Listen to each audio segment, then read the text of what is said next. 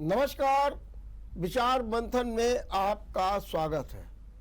उत्तर प्रदेश के मुख्यमंत्री योगी आदित्यनाथ ने आज कानपुर में प्रबुद्ध सम्मेलन को संबोधित करते हुए जहां एक और कानपुर के गौरव की चर्चा की, उसे पुनः लौटाने की बात की और साथ में उद्यमियों से विभिन्न क्षेत्रों में निवेश करने की अपील की। वहीं ग्लोबल समिट की चर्चा की, निवेशकों को जो सुरक्षा व्यवस्था दी जा रही है उसकी चर्चा की और साथ में ये भी चर्चा की कि हमें विकास की गति को 3 गुना करना है और उसके लिए ट्रिपल इंजन की सरकार भी चाहिए। मतलब सीधा सीधा केंद्र में सरकार भाजपा की, प्रदेश में भाजपा की सरकार और अब जो स्थानीय सरकार बनने जा रही है वो भी भाजपा की चाहिए, ताकि विकास में किसी भी स्तर से रोड़ा न लगे, कोई बाधा न डाली जा सके। कुल मिलाकर के जो मुख्यमंत्री का संबोधन था कानपुर को एक ऊर्जा तो दे ही गया है। अब इसके परिणाम क्या होंगे ये समय बताएगा, लेकिन आज हम इसी पर चर्चा करेंगे और इस चर्चा में भाग लेने के लिए हमारे साथ है जाने माने उद्यमी, प्रोविंशियल इंडस्ट्रीज एसोसिएशन के अध्यक्ष मनोज बंका। मनोज बंका जी, मैं आपका बहुत बहुत स्वागत करता हूं। मनोज बंका जी भी आज मुख्यमंत्री के प्रबुद्ध सम्मेलन में थे। कुछ संक्षेप में जितना समय मिला वार्ता भी हुई है और एक नया उत्साह भी जागृत हुआ है। मनोज जी, मैं आपसे ये जानना चाहूँगा कि आपने मुख्यमंत्री के कार्यक्रम में भाग लिया, कुल मिला करके इस कार्यक्रम के बारे में या उनके संबोधन के बारे में या उनके दिशा निर्देश के बारे में आपका क्या कहना है? देखिए, माननीय मुख्यमंत्री जी 1 ट्रिलियन डॉलर की अर्थव्यवस्था को लाने के लिए कटिबद्ध हैं और उस ओर उनका प्रयास भी लगातार चल रहा है। और इसी कड़ी में एक बहुत अच्छी बात आज उन्होंने कही कि हाउसिंग डेवलपमेंट, अर्बन डेवलपमेंट और हॉस्पिटैलिटी के क्षेत्र में भी उद्यमियों को आगे आना पड़ेगा ताकि एक अच्छा जीवन भी मिल सके।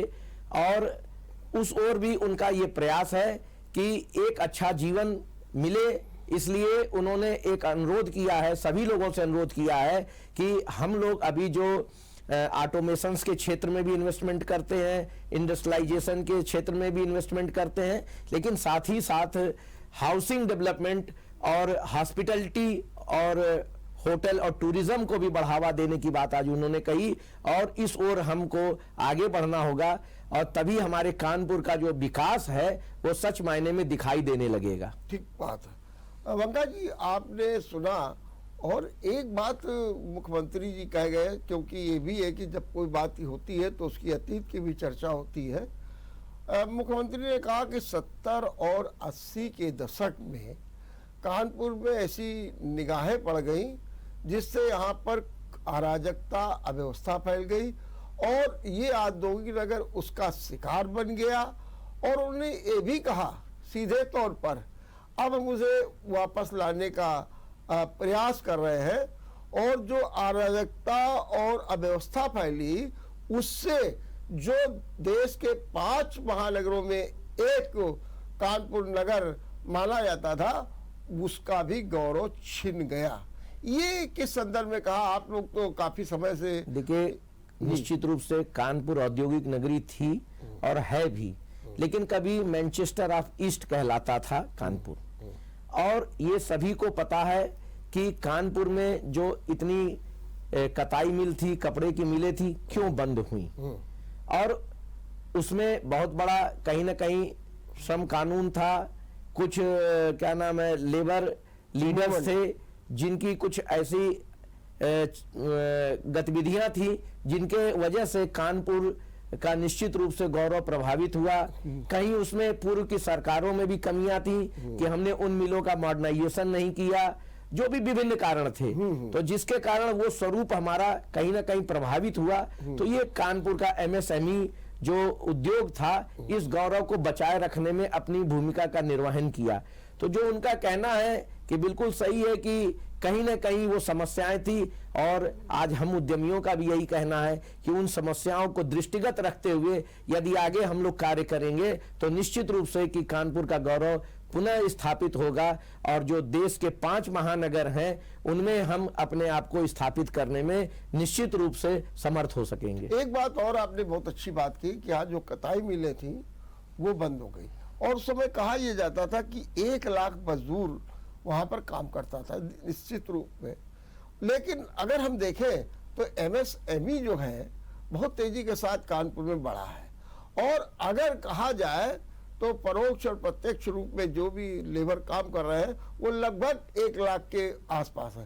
तो अगर हम उसकी दृष्टि देखें, क्योंकि वहाँ भी रोजगार मिल रहा, आज योगी आदित्यनाथ ने भी कहा कि हाँ रोजगार मिलता है था, तो रोजगार तो अभी मिल रहा है, फिर क्या कारण है कि अब कौन सी ऐसी बात और चाहिए जिससे कि वो कह रहे हैं कि पहचान लौटाई जाए, उस दिशा में उनका क्या कहना। और मैं आपसे पूछ रहा हूं कि एमएसएमई सेक्टर जो है वो पूरी तरीके से स्थापित हो चुका है, क्या उसमें कुछ और करने की जरूरत है?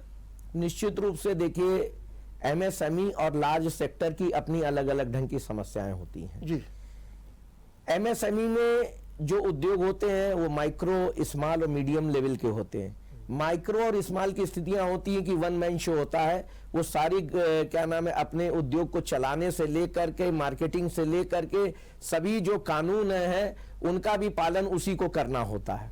तो ऐसी स्थितियों में सरकार को निश्चित रूप से एक ये बात सोचनी होगी कि जो लार्ज सेक्टर के जो कानून है वैसा ही सेम इम्प्लीमेंटेशन माइक्रो और स्मॉल लेवल की अगर इंडस्ट्री पे करेंगे तो निश्चित रूप से कहीं ना कहीं कठिनाई आएगी। इसकी समीक्षा करके इस समस्या को दूर करना होगा। क्या ये सही है कि आज एमएसएमई सेक्टर में 1 लाख मजदूर काम कर रहा है? मुझको तो लगता है 1 लाख क्या कम से कम 2 लाख मजदूर यहाँ एमएसएमई सेक्टर में काम कर रहा है। अगर हम देखें लार्ज सेक्टर की इंडस्ट्री की अगर बात करें तो कानपुर में बेमुश्किल से 2 ही 3 लोगों का नाम आएगा। उसमें लोहिया कार्प का नाम हो सकता है, उसमें कानपुर फर्टिलाइजर का नाम हो सकता है। इसके अलावा मुझको तो नहीं लगता है कि कोई बृहद उद्योग बचा है। केवल मीडियम की भी संख्या बहुत कम है, और सबसे ज्यादा संख्या जो है स्मॉल और माइक्रो लेवल की इंडस्ट्री का ही है। एक बात मुख्यमंत्री ने और कही, उनका कहना था कि कानपुर को पुरानी पहचान लौटाने के लिए प्रधानमंत्री के नेतृत्व में काम भी शुरू हुआ, और उन्होंने कहा कि इसमें हमको बड़ी सफलता मिली है।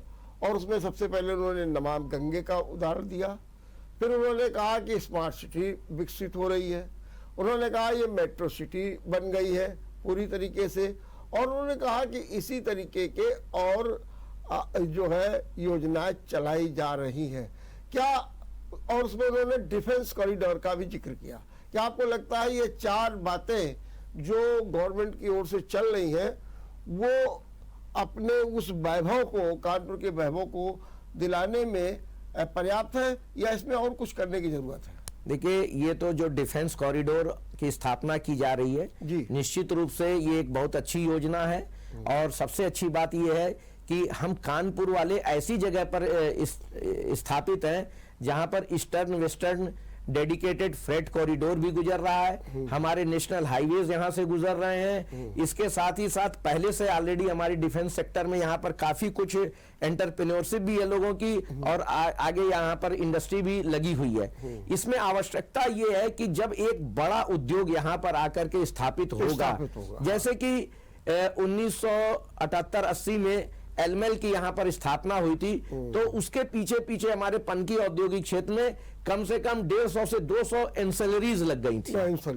तो उसका नतीजा ये हुआ कि एक पूरा औद्योगिक वातावरण क्रिएट हो गया था। तो वैसा ही कुछ करना होगा कि एक बड़ा उद्योग यहाँ पर ऐसा लाना होगा कि जिससे उस तमाम एंसेलरीज डेवलप हो, जिससे जो हमारे नए युवा एंटरप्रेन्योर हैं उनको भी यहाँ पर आने का अवसर मिले, कुछ अपना हुनर दिखाने का अवसर मिल सके। लेकिन इस दिशा में अडानी का भी नाम आया, चर्चा शुरू हुई है कि अडानी डिफेंस कॉरिडोर में अपनी अहम भूमिका का निर्वाह करने जा रहे हैं। इस बारे में कोई जानकारी है? हाँ, ये आया है कि डिफेंस के क्षेत्र में अडानी साहब का एक लंबा इन्वेस्टमेंट आने वाला है, लेकिन बस हम लोग को इंतजार यही है कि वो इस काम में थोड़ी सरकार को शीघ्रता दिखानी होगी, जल्दी से जल्दी स्थापित करना होगा।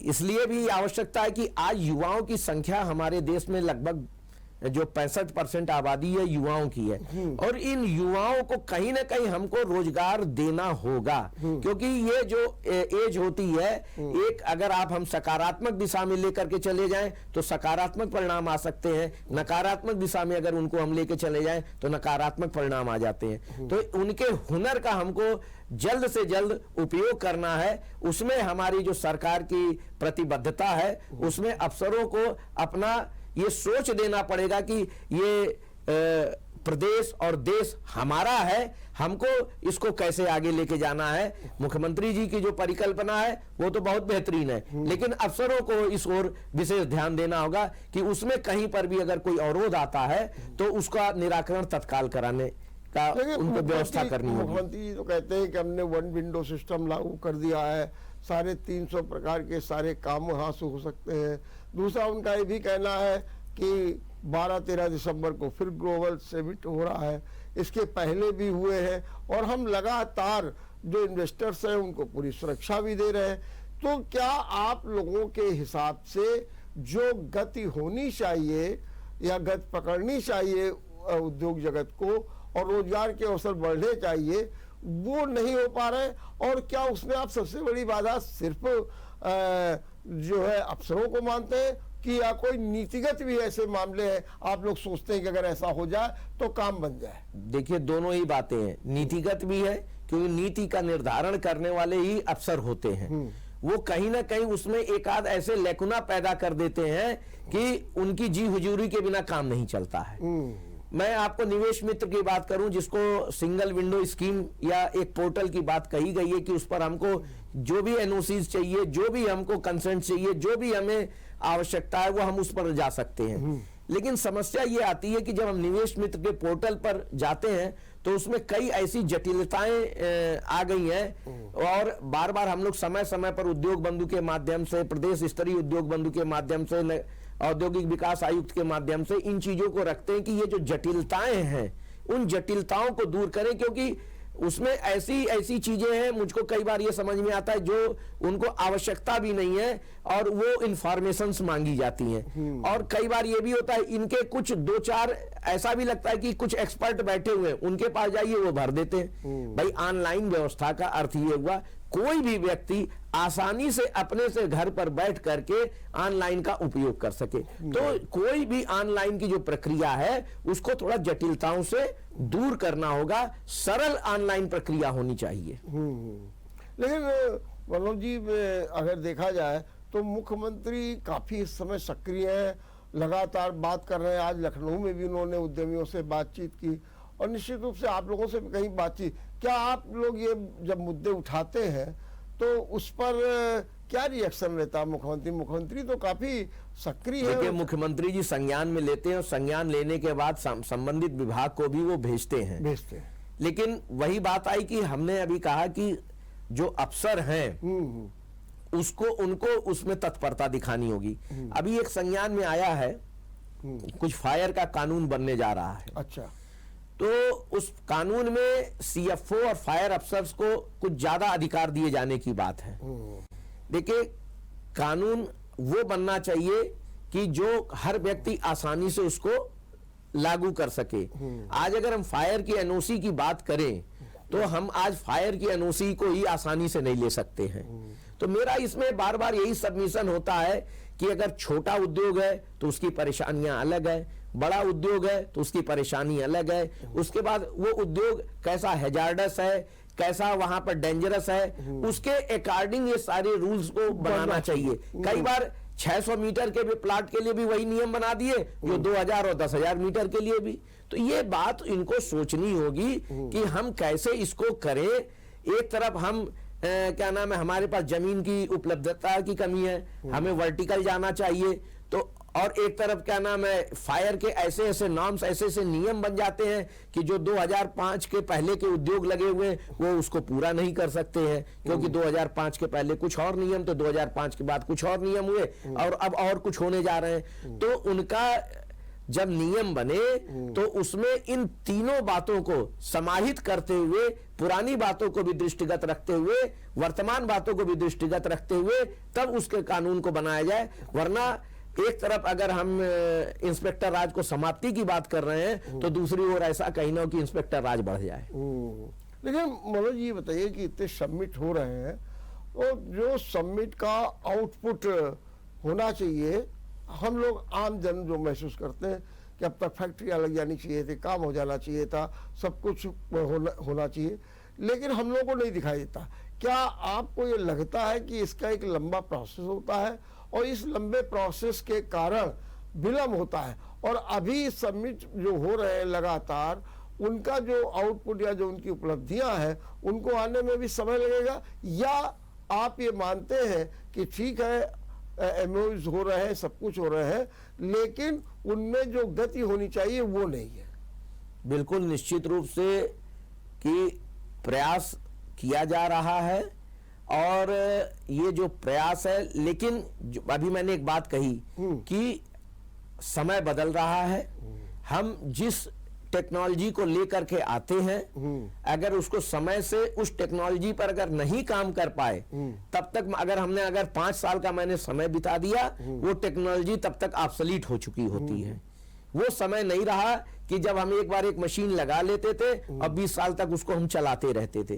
तो ये अधिकारियों को भी इस बात को समझना होगा कि हमको कोई भी अगर एनओसी देनी है, कंसेंट देने हैं, जैसे ही उनके पोर्टल पे आए तत्काल उसको रिलीज करने का प्रयास करें। मैं आपको एक छोटी सी बात बताता हूं कि आज एक बैंक गारंटी का एक उत्तर प्रदेश में औद्योगिक वातावरण बनाने के लिए कि आप अगर अपने उद्योग लगाना चाहते तो सरकार ने स्टैंप ड्यूटी में छूट दी और उसको आप बैंक गारंटी के रूप में समाहित दे करके आप उसका लाभ ले सकते हैं। लोगों ने उद्योग चालू कर दिए, समय से उद्योग लगा लिए, जिला उद्योग केंद्र ने अपनी संस्तुति भी भेज दी स्टैंप पंजीयन विभाग को, लेकिन वहां से बैंक गारंटी जब रिलीज करने की बात आती है तो तमाम तरीके के लकूने लगा करके उसको भेज दिया जाता है। अब उद्यमी उस काम में लगे या अपनी उत्पादकता और गुणवत्ता पर ध्यान दे। ये सरकार को देखना होगा कि ये आखिर इस समय से क्यों नहीं उसकी वापसी हुई, क्योंकि वो जो पैसा खाली होगा वो अपने उद्योग को और एक्सपेंड करने में लगाएगा, अपना रॉ मटेरियल परचेज करने में लगाएगा, अपनी क्या नाम है इन सारी समस्याओं को जो और भी है उनको दूर करने में लगाएगा। लेकिन इस ओर मैंने अभी कहा ना कि अफसर अभी भी कहीं ना कहीं उसमें बाधा बना देते हैं, वो चाहे कानून का हवाला ले ले चाहे नियम का हवाला ले ले, जिसके कारण जो है अपेक्षित उपलब्ध प्रगति नहीं हो रही है और प्रगति भी नहीं हो पाए। अगर मैं केवल कानपुर की बात आपसे करूं, अब तो यहाँ पर ये हो रहा है कि टूल रूम भी तैयार होने जा रहा है, अब शुरू हो जाए, कभी भी शुरू हो जाए। हालांकि टूल रूम जब बनना था उसको लेकर के काफी समय बीत गया, नंबर 1।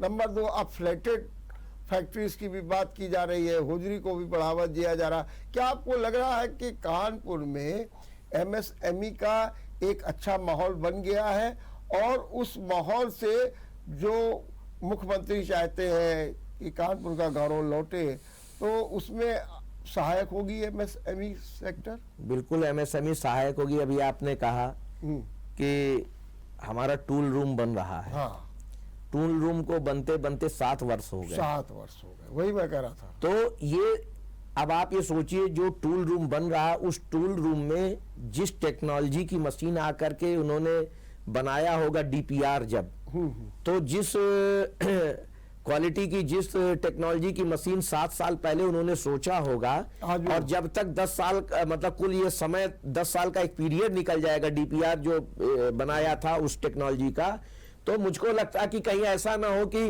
वो जो मशीन हम स्थापित किए थे वो मशीन ही बेकार हो जाए, आउटडेटेड हो जाए। तो मेरा, क्योंकि बहुत तेजी से समय बदल रहा है, टेक्नोलॉजी बदल रही है, कंप्यूटराइजेशन हो रहा है, तो यही मेरा कहना है कि जिस चीज को, जिस काम को करना है उसकी एक समय सीमा और समयबद्धता होनी चाहिए, वरना हम जो विकसित देश की श्रेणी में हम जब आने की बात सोचते हैं तो आने में फिर बहुत समय लग जाएगा। अच्छा, आप लोग कभी जब ये उद्योग बंधु की बैठक होती है प्रदेश में, तो टूल रूम का भी मामला उठाया होगा आपने, तो वहां पर क्या जवाब आपको क्या मिला? टूल रूम की योजना एक्चुअल में भारत सरकार की है जी, जी। और ये उद्योग बंधु में प्रदेश सरकार के ही कुछ मामले रहते हैं, तो वो वहां पर उनके पत्राचार डिपार्टमेंटल जो पत्र हैं वो भेजे जाते हैं, लेकिन वो उतनी मुझको नहीं लगता है कि इतना वो प्रभावी हो पा रहा है जितना वो प्रभावी होना चाहिए।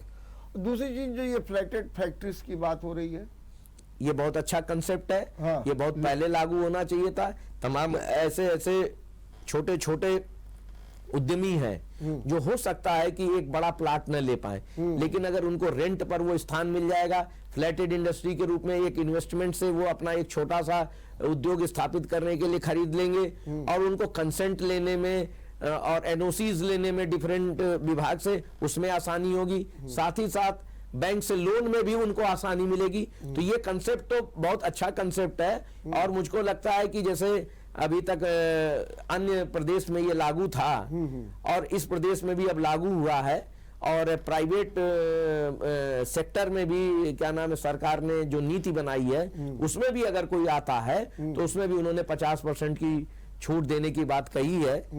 और अभी हमारी संस्था के भी कुछ लोग जो है प्राइवेट इंडस्ट्रियल पार्क जो है डेवलप करने की बात लोगों के मन में है कि हम लोग प्राइवेट इंडस्ट्रियल पार्क को डेवलप करें, क्योंकि 2017 में जो नीति बनी थी उसमें कोई भी आज तक प्राइवेट इंडस्ट्रियल पार्क नहीं डेवलप किया। जो इस बार नीति बनी है ये नीति थोड़ी सरल है, अच्छी है और साथ ही साथ आकर्षित करने वाली भी नीति है।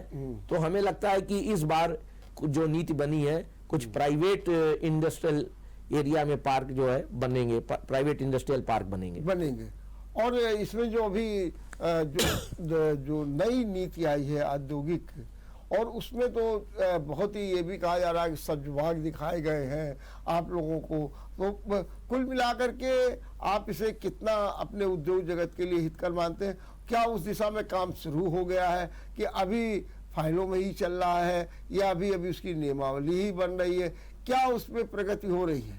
देखिए सब्सिडी, देखिए जो नीति बनी उसमें तमाम सब्सिडी दी जा रही है, लेकिन हो क्या रहा है, जब लोगों का 3-3 साल से सब्सिडी पेंडिंग पड़ी है, जो पहले की भी नीति बनी सब्सिडी उसमें दी गई, लेकिन जब हम सब्सिडी अवेल करने की बात नंबर आता है तो 3-3 साल से हमारे तमाम उद्यमी हैं कि जिनको अवेलेबल नहीं हो पा रहा है, कि चाहे वो फंड की समस्या हो या विभाग की समस्या है। मेरा यही बस कहना है कि अगर कोई नीति बनी है तो सभी की नीयत सही होनी चाहिए, तभी हम उस बात को आगे ले जा पाएंगे। और मैं सभी लोगों से अनुरोध सिर्फ यही करता हूं, केवल अपने बारे में मत सोचो, आने वाली पीढ़ी के बारे में सोचो, क्योंकि वही हम सब कुछ जो भी कुछ होगा वो हम आने वाली पीढ़ी को दे करके जाएंगे। जो आज हम वातावरण बनाएंगे वही आगे हम दे के जाएंगे।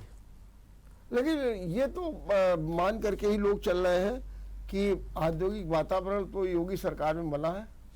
निश्चित रूप से बना है, इसमें कोई शक नहीं है कि बना है और प्रयास भी चल रहा है और वो दिख भी रहा है बना है। मैंने आपको कहा ना कि जब नियम बनते हैं तो नियम बनाने में वो ऐसी कुछ न कुछ खामियां डाल देते हैं कि वो अधिकारी कुछ ऐसी खामियां डाल देते हैं कि वो हमारा उस विभाग में आना जाना बना रहे। ऑनलाइन व्यवस्था इसीलिए बनाई गई है कि हमारा आना जाना बंद हो जाए, हम अपनी फैक्ट्री की ओर ध्यान दें, अपनी उत्पादकता पर ध्यान दें, अपनी गुणवत्ता पर ध्यान दें। लेकिन वो कुछ न कुछ खामियां ऐसी बनी हुई हैं कि जिससे हमारा विभाग में आना जाना बना रहता। लेकिन मैं फिर वही बात मैं बार बार कहूँगा कि अपने औद्योगिक विकास मंत्री सतीश महाना जी थे, वो अब तो मुख्यमंत्री ने डायरेक्ट सब कुछ ले भी लिया है अपने हाथ में, और जो मिनिस्टर हैं वो भी लगे हुए हैं कि किसी तरीके से औद्योगिक विकास अच्छा हो। लेकिन जैसे आप लोग अपनी समस्याएं, जब हमने जब भी देखा कि जब आप लोग आते हैं तो ऐसी समस्याएं बताते हैं जो, तो उस क्या कारण है कि बार बार वही बात है कि ये अधिकारी मुख्यमंत्री को या सरकार को भ्रमित करते रहते हैं, या उनको आगे काम नहीं, या तमाम तकनीकी बातें बता करके उलझा देते हैं, जिसके कारण ये काम नहीं होता, क्योंकि नीतियां भी अच्छी हैं, आप भी कह रहे हैं, सब लोग कह रहे हैं, लेकिन लाभ नहीं मिल पाता, रोजगार के अवसर नहीं बढ़ पाते हैं, विकास नहीं हो पाता है, उत्पादकता उतनी सुंदर नहीं हो पाती है। तो हम कुल मिलाकर के जो बार बार सोचते हैं कि मुख्यमंत्री इंटरेस्ट इतना ले रहे हैं और आप लोग जो है इस तरीके की समस्याएं बताते रहते हैं, कुल मिला करके वो जड़ कौन सी है और क्यों नहीं हमारी सरकार का ध्यान उस ओर जाता है? देखिए, यही बात जो अभी आपने कही कि जो ऑफिसर्स हैं, कई बार कुछ उसमें ऐसी कानूनी खामियां बता देंगे, कुछ उसमें राजस्व प्रभावित हो रहा है ऐसी खामियां बता देंगे, और जिसका परिणाम ये होता है कि उस चीज को वो लागू नहीं हो पाता। और ये बात अगर हम लोगों के साथ थोड़ा समय लेकर के अगर माननीय मुख्यमंत्री जी की चर्चा हो समय कि उसमें हम लोगों की बात, उसमें अफसरों को किनारे करके बैठा दिया जाए और हम लोगों से खुले मन से उसकी चर्चा हो, तो हम लोग बताएं कि राजस्व कैसे आपका बढ़ेगा और कैसे ये जो बात कह रहे हैं कि ये, जैसे मैं आज एक छोटा सा उदाहरण दूं, माननीय मुख्यमंत्री जी ने एक बहुत अच्छा आदेश किया कि 5,000 रुपए के स्टैंप पेपर पर कोई भी क्या नाम है ब्लड रिलेशन में अपने प्रॉपर्टी का हस्तांतरण कर सकता है। एक बहुत अच्छी योजना दी, लेकिन अफसरों ने विकास प्राधिकरण में लागू कर दिया, नगर निगम में लागू कर दिया, लेकिन अगर हम बात करें यूपी सीडा की, इंडस्ट्रियल डेवलपमेंट अथॉरिटी की, तो वहां पर इस चीज को लागू नहीं किया गया। आज हम लोग इस जमाने से ये मांग करते चले आ रहे हैं, जिनके माता पिता 70 साल के हो गए हैं और वो उनका बच्चा आगे उद्योग को लेकर के जाना चाहता है, तो वही दोबारा हम रजिस्ट्री कराएं, जबकि मृत्यु उपरांत 100 रुपए के स्टैंप पेपर पर हो जाती है। बार बार हम लोग सरकार से अनुरोध कर रहे हैं कि अगर आप केवल ये 100 रुपए या 5,000 रुपए के स्टैंप पेपर पर अगर इसका दोबारा रजिस्ट्री की अनुमति दे देते हैं, तो बैंक हमको लोन दे देगा और हम अपने उद्योग को और एक्सपेंड कर सकते हैं, क्योंकि 70 साल की आयु में हमारे पिताजी को अब कोई लोन देने वाला नहीं है बैंक। ठीक बात है। तो ये ऐसी कुछ बड़ी छोटी छोटी बातें हैं जिसको सरकार को समझना होगा। और अधिकारियों को खास तौर से जो अपनी तकनीकी बाधाएं प्रस्तुत कर देते हैं, अच्छा ये क्यों करते? केवल अपने स्वार्थ के लिए करते हैं कि जो उनका एक टेम्परामेंट बना हुआ है उसलिए करते हैं, या वो अपनी सरकार को इतना सजग रखते हैं, या और उनके स्वार्थ होते हैं? क्या कारण क्या था अधिकारी? एक अधिकारी का एक अपना टेम्परामेंट रहता है। हाँ। कुछ अधिकारी जब कहीं आ जाते हैं, उनकी सोच ऐसी होती है कि हमें दूसरे की बात को सुनना समझना है, और जब ये सोच होती है कि आखिर हो सकता है कल हमारा बेटा अधिकारी न बना, हो सकता है कल मेरा बेटा उद्योग लगाएगा, जब ये सोच आ जाएगी तो मैं दावा कर रहा हूं कि वो वही कानून बनाने का प्रयास करेंगे जो वास्तव में सबके हितकारी हो। अभी क्या होता है, कई बार मुझको ये भी महसूस होता है कि गुड बुक में आने के लिए आदमी तरह तरह के जो है बातें बताता है कि हम माननीय मुख्यमंत्री जी के नजदीक रहें और गुड बुक में आ जाएं। अभी एक क्या नाम है, सरकार ने डेलाइट कंपनी को वो औद्योगिक वातावरण बनाने के लिए क्या समस्याएं हैं उसको लगाया गया है कि वो सर्वे करे और सरकार को अपनी रिपोर्ट दे।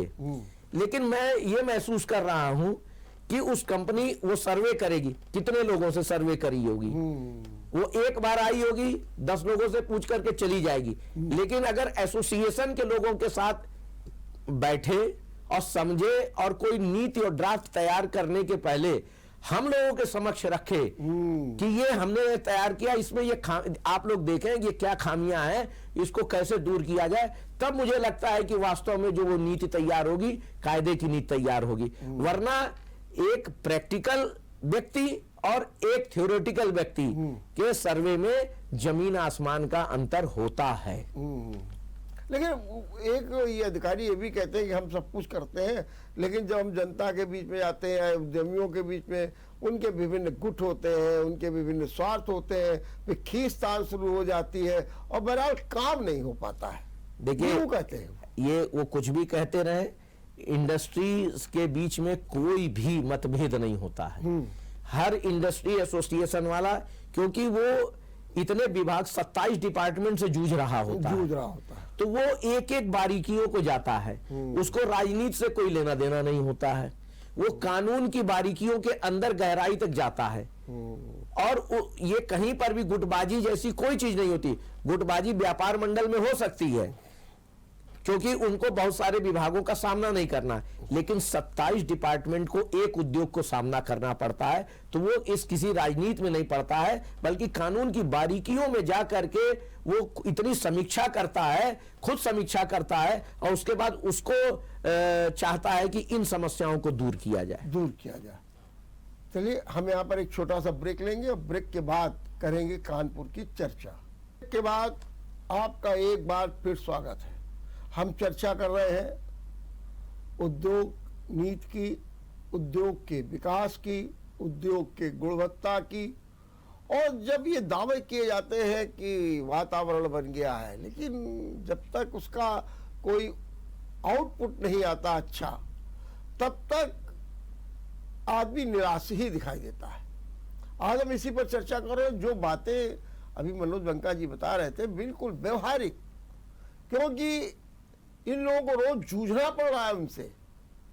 और निश्चित रूप से सरकार को यह चाहिए कि खुल करके बात करे।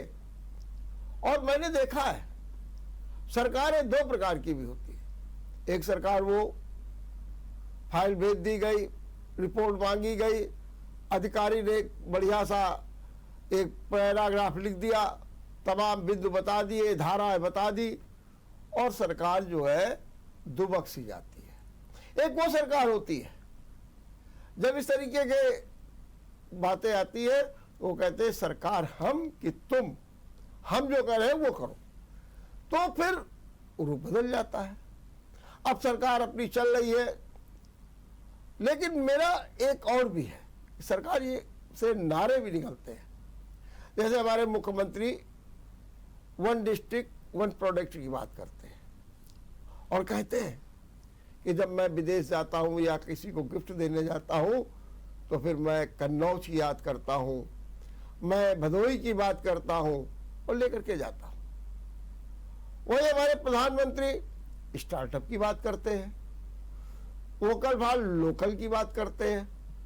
मैं केवल ये जानना चाहता हूं मनोज जी कि ये जो तीनों बातें हैं, या और भी आप ज्यादा जानते हैं, इनसे कुछ उद्योग पर प्रभाव भी दिख रहा है कि ये सब एक नारे या ऊर्जा देने का सिर्फ काम कर रहे हैं, जमीनी हकीकत से काफी दूर है। यहां तक कि प्रधानमंत्री ने तो अभी उत्तराखंड में ये तक कह दिया कि जो लोग यहाँ पर आते हैं, टूरिज्म के लोग या धर्म कर्म के नाम पर आते हैं, वो जितना यहाँ इन्वेस्टमेंट करते हैं उसमें 5% जो है यहाँ के उत्पाद खरीदने में खर्च करें। मैंने एक नई उन्होंने सोच दी। कुल मिलाकर के मनोज जी, मैं आपसे जानना चाहता हूँ कि जो इस तरीके से वातावरण बनाया जा रहा है, क्या वो भी कोई संबल बन रहा है? निश्चित रूप से देखिए, उद्योग का मैं जहां तक समझता हूं कि उद्योग के लिए सबसे पहले मन में उत्साह। अगर आपके जीवन में और मन में उत्साह है तो आप कुछ ना कुछ कर लेंगे। तो ये जो एक प्रेरणा वाली बात है माननीय मुख्यमंत्री जी की, माननीय प्रधानमंत्री जी की, एक प्रेरणा और ऊर्जा पैदा करने वाली, तो ये एक सकारात्मकता की ओर लेकर के जाता है। रही बात उनकी ओर से, तो हमको सकारात्मक संकेत मिलते हैं, लेकिन जब बात आती है कुछ योजनाओं के इम्प्लीमेंटेशन की, तब तमाम तरीके की बाधाएं उत्पन्न होती हैं। जैसे कि स्टार्टअप इंडिया को लेकर के तमाम स्टार्टअप शुरू हुए, और आप अगर बात करेंगे तो 2-3 स्टार्टअप, 10 स्टार्टअप, 20 स्टार्टअप के नाम आएंगे कि वो यूनिकॉर्न बने या किसी प्लेटफॉर्म को, किसी लेवल को प्राप्त कर सके। वहीं बहुत सारे स्टार्टअप जमी दोज हो गए। इसकी समीक्षा होनी चाहिए। उदाहरण देने के लिए हमेशा जो सबसे ऊपर है हम उसका उदाहरण देते हैं, लेकिन जो लोग अगर 100 में अगर 5 सफल हुए, 95 असफल हुए, तो क्यों हुए, इस ओर ध्यान देना चाहिए। केवल 5 की सफलता की कहानी बार बार नहीं पढ़ते रहना चाहिए। 95 ऐसे हो सकते हैं, कुछ वो ऐसे प्रोडक्ट बना रहे हो कि जो सरकार में उसकी उपयोगिता हो। सरकार से हमारा अर्थ ये है कि उसकी उपयोगिता ऐसी टेक्नोलॉजी हो जो इसकी उपयोगिता नगर निगम में हो, विकास प्राधिकरण में हो, आवास में हो, रेलवेज में हो, डिफेंस में हो, अन्य ऐसे तमाम सेक्टर्स में हो सकती है। लेकिन होता क्या है, जब किसी टेंडर को फॉलो करने की बात होती है तो उसमें ऐसी ऐसी चीजें होती हैं कि जो नए स्टार्टअप्स आते हैं और टेक्नोलॉजी उनकी बड़ी अच्छी है, मानते भी है कि टेक्नोलॉजी आपकी बहुत अच्छी है, लेकिन जब उसके अपने किसी डीपीआर में समाहित करने की बात आती है तो वो वहां से हट जाते हैं। वो कहते हैं कि जो मेरा शेड्यूल सिस्टम चल रहा है हम उसी को ही इंप्लीमेंट कर सकते हैं, हम किसी ऑडिट में और किसी लफड़ेबाजी में नहीं फंसना चाहते। अब जो नया एंटरप्रेन्योर है वो कहां से आपको एक्सपीरियंस दे देगा, जो नया एंटरप्रेन्योर है, स्टार्टअप है, वो कहां से अपने टर्नओवर की बाध्यता को दे देगा। मैं कहता हूं कि सबसे पहले उस स्टार्टअप से एक छोटा पायलट कराएं, और पायलट कराने के बाद अगर ये लगता है कि उसकी टेक्नोलॉजी सस्टेनेबल है, सस्ती है, जो भारत के राजस्व को, सरकार के राजस्व को बचा सकती है, तो उस टेक्नोलॉजी को मैं कहता हूं फर्दर आप टेंडर कराएं और करा करके उस टेक्नोलॉजी को उपयोग करें। तो आप देखिए, हम कहते हैं कि आप हमारी देश की मेधा कई बार देखने में आता दूसरी जगह जाकर के अपनी उपयोगिता सिद्ध कर रही है, और हम अपने देश में अपनी उस मेधा का उपयोग नहीं कर पाते हैं। तो इन सारी चीजों के ऊपर चिंतन और मंथन करना पड़ेगा। बार बार जो 2 या 3 स्टार्टअप सफल है या 10 या 20 सफल है, उसका गाने से कुछ नहीं होगा। उस पर भी हमें ध्यान आकर्षण करना होगा कि ये जो फेल हुए तो इनकी बाधाएं क्या थी, इनको कहां से समस्या आके खड़ी हुई, ये क्यों गड़बड़ हुए। मनोज जी, आपने बहुत अच्छी बात की। इससे मैंने कहीं ना कहीं आपका भी अध्ययन है, ये जो फेल हुए स्टार्टअप, क्या जब ये शुरुआत इनकी हुई, क्या उनकी प्रॉपर मॉनिटरिंग नहीं हुई, या ये नहीं देखा गया कि जो ये टेक्नोलॉजी इन्होंने वो जो है उपयोग की है वो आगे चलेगी नहीं, या उसमें तमाम खामियां थी, या फिर एक स्टार्टअप का अभियान सा चला और उसमें हर स्टार्टअप को अंगीकार कर लिया गया। क्या कारण आप मानते हैं इनके फेल का? स्टार्टअप तो एक हमारा कोई एक नया इनोवेटिव आइडिया, इनोवेटिव जी, वही कह रहा हूं। उसकी खामियां क्या, देखिए कोई भी प्रोडक्ट को बनाना, अगर कोई टेक्नोलॉजी है मेरे पास तो मैं उसको बना सकता हूं, कर सकता हूं, लेकिन उसकी जो मार्केटिंग होती है, मैंने अभी कहा ना, उसकी अब उपयोगिता अगर नगर निगमों में है तो वो नगर निगम में ही उपयोग होगा। अगर उसकी उपयोगिता किसी सरकारी विभाग में है तो उसकी वहीं पर सिद्ध होगी।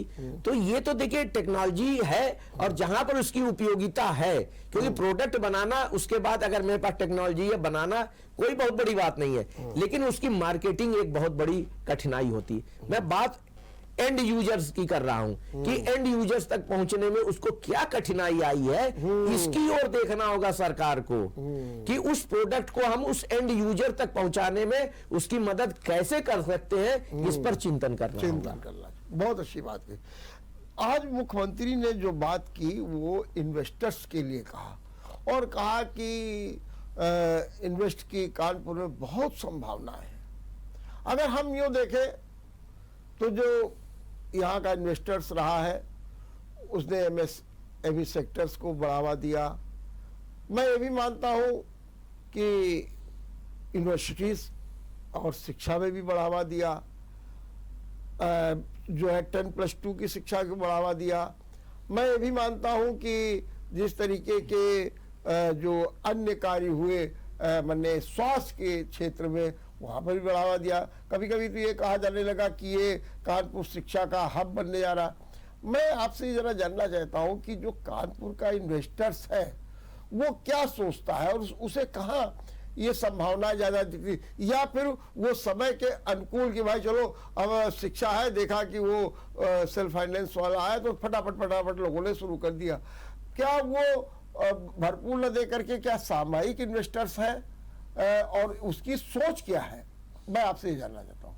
देखिए, जो इन्वेस्टर है जी, अगर हम कोई अपनी इन्वेस्टमेंट करते हैं तो वो हम पहले उसके साथ साथ अपने रिटर्न को भी ध्यान में रखना है, क्योंकि अगर हमारी कहीं सेल्फ फाइनेंसिंग है तब तो कोई बात नहीं, लेकिन अगर हमारी किसी फाइनेंशियल इंस्टीट्यूशन से फाइनेंसिंग है तो उसको हमें रीपेमेंट को भी देखना है। और कोई भी जब उद्योग लगता है या कोई भी इन्वेस्टमेंट होता है तो उसका रिजल्ट तुरंत नहीं आता है, लगभग उसको आने में 3 से 5 साल लग जाता है। लेकिन जो बैंकों का भी एक रवैया चल रहा है, मैं आपको बता दूं कि जरा सी एक किस्त किसी भी कारण से उसकी एक भी लेट हुई तो वो तत्काल उसको मतलब एनपीए की ओर ले जाने का प्रयास करते हैं। पहले इन चीजों में भी ध्यान देना होगा। मैं ये नहीं कहता हूं कि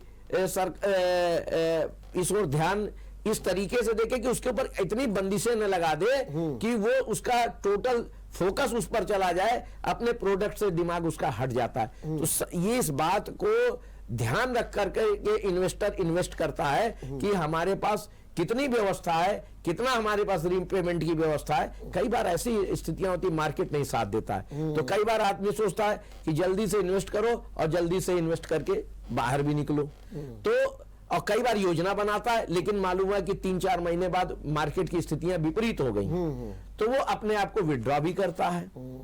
तो ये तमाम ऐसी स्थितियां होती हैं कि इन्वेस्टर को भी अपने इन्वेस्टमेंट के बारे में सोचना पड़ता है, क्योंकि उसके साथ ही साथ उसको रीपेमेंट की व्यवस्था भी देखनी होती है।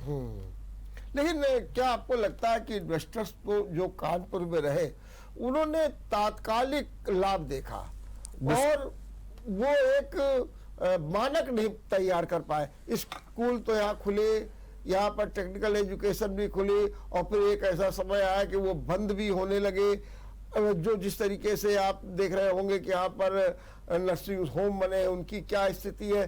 तो तात्कालिक लाभ देखा इन्वेस्टर्स ने, उसने ऐसा कोई रूप नहीं बनाने की कोशिश की जिससे कानपुर की पहचान बन सके। क्या ये उसके पास इतना इन्वेस्टमेंट करने के लिए पैसा नहीं था, या उसकी सोच नहीं थी और उसने तात्कालिक लाभ उठाने का प्रयास किया? ये बात बिल्कुल आपकी बहुत अच्छी बात है कि तात्कालिक लाभ की ओर लोगों ने ज्यादा फोकस किया है। और हमने कभी भी टेक्निकली अपग्रेडेड बातों को सामने लाने का प्रयास नहीं किया, जबकि ये बात निश्चित रूप से मैं आपको बता दूं कि तात्कालिक लाभ से एक बार मेरा लाभ हो सकता है, लेकिन अगर टेक्निकली अपग्रेडेड अगर हम व्यवस्था को लागू करते हैं तो वो लॉन्ग टर्म में लाभ देता है। मैं एक बहुत छोटी सी बात करता हूं, हम अपने होजरी उद्योग की बात कर रहे हैं कि हम लोगों ने अपने आप को कभी टेक्निकली इतना अपग्रेड नहीं किया था। मैं 2005-6 की बात कर रहा हूं। एक हम लोगों ने एक यहाँ पर एक ट्रेनिंग सेंटर की जब स्थापना की, तिरुपुर लोगों को लेके गए, स्टडी टूर करा करके लाए, और टेक्निकली अपग्रेडेड मशीन पर जब वो लोग काम करने लगे, कारीगर काम करने लगे, तो माल की फिनिशिंग इतनी अच्छी आने लगी कि कानपुर का मार्केट बढ़ने लगा। तो ये निश्चित रूप से देखिए, समय के साथ हमको चलना होगा। जितनी नई टेक्नोलॉजी की मशीन है उसको तुरंत हमको इस्तेमाल करना होगा। इसके बाद 2-4-5 साल में मुझे लगता है कि ये मशीन अगर ऑब्सोलीट हो गई तो उसको हटा करके फिर तुरंत अपग्रेडेड मशीन को लेकर के आना होगा। इससे कई फायदे होते हैं। एक तो देखिए, जितनी मशीन की परचेज बढ़ेगी उस मशीन वाले का प्रोडक्शन बढ़ेगा, प्रोडक्शन बढ़ने का मतलब एम्प्लॉयमेंट बढ़ेगा। इधर हमारा अगर प्रोडक्शन बढ़ता है तो हमारा एम्प्लॉयमेंट बढ़ता है। तो ये हमको नए समय के साथ, नई सोच के साथ चलना होगा और अपने आप को टेक्निकली अपग्रेड करते हुए अपग्रेडेड टेक्नोलॉजी को यूज करना होगा। तभी हम ये जो आपने कहा कि हम लॉन्ग टर्म पर जाकर के सस्टेन कर सकेंगे, और वरना हम छोटे समय में हो सकता है कि तात्कालिक लाभ ले लें, लेकिन हम मार्केट से बाहर हो जाएंगे। इसी प्रकार से हमने और देखा कि तात्कालिक लाभ लेने के लिए स्कूल खोला, अब जरा देखा कि गड़बड़ हो रहा है तो कहीं अस्पताल बनाना शुरू कर दिया, कहीं एक गेस्ट हाउस बनाना शुरू कर दिया, कहीं वो नहीं हुआ तो फर्नीचर का काम शुरू, मैंने कि एक दिशा तय करके लोगों ने काम नहीं किया, जिसके कारण लाभ कानपुर को नहीं मिला, कोई पहचान भी नहीं बन पाई। मानते हैं आप इसको? जी बिल्कुल मानते हैं, लेकिन उसमें मैंने आपको कहा कि कभी कभी जब इन्वेस्टर कुछ सोच करके इन्वेस्ट करता है, लेकिन जब अगर उसका किसी फाइनेंशियल इंस्टीट्यूशन से फाइनेंस होता है तो उसको रीपेमेंट भी करना होता है, तो वो फिर ये देखता है कि हमारी डूबती नैया है, तो इससे बेहतर है कि हम तत्काल स्विच ओवर करके किसी तरीके से अपने आप को सेव कर ले जाए। और दूसरा एक भी है कि अगर कोई आदमी है और जैसे आप है, क्षमा कीजिएगा, आप उद्योग जगत का अच्छा लाभ करते हैं, आप उद्योग जगत को खूब अच्छी तरीके से चला सकते हैं सब कुछ, लेकिन वही आपको दूसरा कोई हॉस्पिटलिटी के क्षेत्र में दे दिया जाए, शिक्षा के क्षेत्र में दे दिया जाए, चूंकि आप उतने एक्सपीरियंस वाले नहीं हैं, आप इन्वेस्ट तो कर सकते हैं, तो कर तो देंगे, लेकिन फिर उसका लाभ नहीं मिल पाएगा। देखिए ये तो बात सही है कि हमको लाभ नहीं, अगर मैं डायरेक्ट, देखिए हर जगह आज अब प्रोफेशनल्स हैं, अगर हम ये देखिए अगर ये सोचे कि सारा कुछ काम हम ही कर लेंगे तो ये संभव नहीं हो सकेगा। जहां पर जो प्रोफेशनल्स हैं और साथ में हम अपने अनुभव को भी उसमें वहां पर दे, तो हमको लगता है जब दोनों चीजें समाहित होंगी तो वो आगे निकल जाएगा। लेकिन अगर हम ये सोच लें कि हम ही सब कर लेंगे तो ये संभव नहीं हो सकता। वंगा जी एक बात और मैं कहना चाहता हूं कि मुख्यमंत्री का कुछ ऐसा दर्द हमको दिखा कि वो चाहते हैं कि कानपुर का इन्वेस्टर्स जो है वो मेडिकल कॉलेज में इन्वेस्ट करें, कार्डियोलॉजी में इन्वेस्टमेंट करें, जो एक्सप्रेस बेस बने हुए हैं उनके आसपास हाउसिंग सोसाइटी ले आवे, एमएसएमई सेक्टर में जाए। तो क्या इन्वेस्टर्स जो सरकारी करण है या सरकार के विभाग में इन्वेस्ट करने से कुछ कतराता है और वहां न करके सोचता भैया अपनी घर में जितना है उसी हिसाब से काम करो, ज्यादा अच्छा है? और ये पीड़ा योगी आदित्यनाथ की सही है? जी बिल्कुल सही है, उनकी पीड़ा है कि उनकी एक मंशा भी है कि ज्यादा से ज्यादा लोगों को घर मिल सके, ज्यादा से ज्यादा लोगों को स्वास्थ्य का लाभ मिल सके। ये तभी संभव हो सकता है कि जब अच्छे अच्छे हॉस्पिटल्स हों, अच्छे अच्छे हाउसिंग और रेजिडेंशियल एरियाज हों, जहां पर इंटीग्रेटेड टाउन प्लानिंग हो। ये उनकी ये जो सोच है वो ये है कि लोगों को ज्यादा से ज्यादा लोगों को घर आवास ये मिल सके और ये मिले। लेकिन मैंने फिर वही बात कही कि अगर कोई इन्वेस्टर आता है तो अब वो देख रहा है इतनी महंगी तो लैंड है और इसका इतना कम एफएआर है, तो उसकी जो कॉस्ट आती है वो इतनी ज्यादा बढ़ जाती है कि वो घबराता है इन्वेस्ट करने से कि इस रेट में मेरा माल बिकेगा या नहीं बिकेगा। क्योंकि अगर कोई भी बिजनेसमैन है, कोई भी उद्यमी है, तो अगर वो इन्वेस्टमेंट करेगा तो निश्चित रूप से लाभ लेगा। अगर लाभ नहीं लेगा तो आगे फर्दर उसका कोई एक्सपेंशन नहीं हो सकता है। तो मैंने अभी आपसे कहा ना कि अब जैसे मुंबई आप जाएं तो मुंबई में हाउसिंग डेवलपमेंट की तो ये एफएआर 5, 6, 7 है। हाँ, 7 है। हमारे यहाँ 1.5 और 2 का एफएआर है। तो अब आप ये देखिए, समझिए उस बात को कि उसमें लैंड की कॉस्ट तो वही है। अगर 5 एफएआर है तो हमारी केवल कंस्ट्रक्शन की जो कॉस्ट है वही तो लगी, तो टोटल इन ऑल हमारी बिल्डिंग की कॉस्ट कम हो गई। तो उसका लाभ तो हमारे देश के नागरिकों को भी मिलेगा और साथ ही साथ जो एक हमारी भूमि की समस्या होती है कि हम वर्टिकल जाएंगे तो बेहतर होगा बजाय कि हॉरिजॉन्टल जाने के। तो इस बात में भी सरकार को समय समय पर आबादी जैसे बढ़ रही है, शहर का क्षेत्र बढ़ रहा है और इस चीज को लागू करने के बारे में चिंतन करना चाहिए कि हम इसमें बहुत देर कर देते हैं। लेकिन एक बात खाली है, आपने जो बात की वो नए प्रोजेक्ट की और नए उनके इन्वेस्टर्स की, लेकिन जैसे मेडिकल कॉलेज में वो चाहते हैं कि लोग इन्वेस्टमेंट करें, लोग कार्डियोलॉजी में करें, लोग जो है उनके जो टेक्निकल एजुकेशन सेंटर उनमें करें। इस बारे में इन्वेस्टर्स क्या सोचता है? इन्वेस्टर ये सोचता है कि अगर कोई भी संस्थान है, आप भी जानते हैं कि सरकारी संस्थानों की स्थितियां क्या है। जब आपने देखा कि इसी उत्तर प्रदेश में 23 कताई मिल थी, अगर आज वो सारी की सारी बंद हो गई, तो जहां पर सरकारी नियंत्रण है, तो हम अगर इन्वेस्ट कर भी दें और उसका लाभ हमको नहीं मिला, हाँ। तो नुकसान तो हमको झेलना है। तो हम बचेंगे। अगर हमको खुद करना है तो हम सेपरेट इन्वेस्टमेंट कर देंगे, उसमें इन्वेस्टमेंट करने से बेहतर है ये बात। और दूसरी बात, अगर हमें ऐसे ही करना है तो हमारे शहर के बहुत बड़े बड़े उद्योगपति हैं, समय समय पर उस CSR फंड से अपने आप को उसमें जो कुछ वहां की आवश्यकता होती है वो करा देते हैं। लेकिन इन्वेस्टमेंट के पॉइंट ऑफ व्यू से वो नहीं जाना चाहते, क्योंकि नियंत्रण में उनके कुछ भी नहीं रहता। बिल्कुल, ये बिल्कुल नहीं जाना चाहते। आखिरी सवाल, क्या मुख्यमंत्री को इस दिशा में कोई पहल करनी चाहिए कि वो जो चाहते हैं, जो उनकी मंशा है कि जो उनके अस्पतालों में, सरकारी अस्पतालों में, सरकारी मेडिकल कॉलेजेस में लोग इन्वेस्टमेंट करें, उसके लिए क्या कोई प्रोत्साहन के रूप में या कुछ अन्य प्रकार से कोई योजना लागू की जाए? देखिए, उसमें अगर वो कुछ करना है तो जो उनका बोर्ड है, हाँ, उस बोर्ड में एक निदेशक के रूप में उसको भी शामिल करें, ताकि अपनी बात को तो कम से कम वो रख सके कि कहां पर दिक्कतें आ रही हैं, और उसे भी ये पता तो चल सके कि हम जब इन्वेस्टमेंट कर रहे हैं तो इसका नियंत्रण कैसे हो रहा है।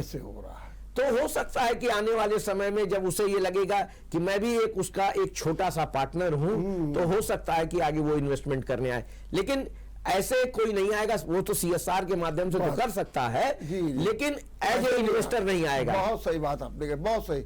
आखिरी में एक सवाल, क्या करना चाहिए कि जो हमारे मुख्यमंत्री चाहते हैं कि उद्योग बहुत पनप रहा है, उत्तम प्रदेश बन रहा, एक पॉइंट अगर हम आपसे पूछें, क्या करना चाहिए सरकार को इस दिशा में? मैंने पहले भी कहा है कि जो नीति है, ठीक बात, नियत के साथ बनेगी, तो निश्चित रूप से माननीय मुख्यमंत्री जी की जो परिकल्पना है, जो माननीय मुख्यमंत्री जी का सपना है, वो निश्चित रूप से फलीभूत होगा। बहुत बहुत धन्यवाद, बहुत बहुत धन्यवाद मनोज जी। आपने बहुत डिटेल से, बहुत अच्छे तरीके से और बहुत ही व्यवहारिक और सैद्धांतिक रूप से आपने जो बातें की है, निश्चित रूप से क्यों नहीं इन्वेस्टर्स करता है, क्योंकि साफ बात है, हर व्यक्ति है अपना लाभ हानि देखना चाहता है। वो देख रहा है कि बैंक में कैसे किस्तें फंसती है, तब क्या होता है। निश्चित रूप से अगर सरकार चाहती है तो सरकार को भी कुछ प्रोत्साहन की दिशा में कदम बढ़ाने होंगे, कुछ कानून बनाने होंगे, भागीदारी बढ़ानी होगी, और भागीदारी ऐसी बढ़ानी होगी जिसमें आत्मविश्वास पैदा हो, एक गारंटी दिखाई दे, जिससे कि इन्वेस्टर्स लगे, वरना तो फिर सब बातें ही रह जाएंगी। देखते रहिए विचार मंथन। नमस्कार। अगर आपको हमारा वीडियो पसंद आया हो तो हमें लाइक करें, सब्सक्राइब करें और ज्यादा से ज्यादा शेयर करें, और हाँ, बेल आइकॉन दबाना ना भूलें ताकि हर खबर का अपडेट आप तक पहुंचे तुरंत। आप हमें इंस्टा, ट्विटर और फेसबुक पर भी फॉलो कर सकते हैं। हमारी ID है @JMT News Flash।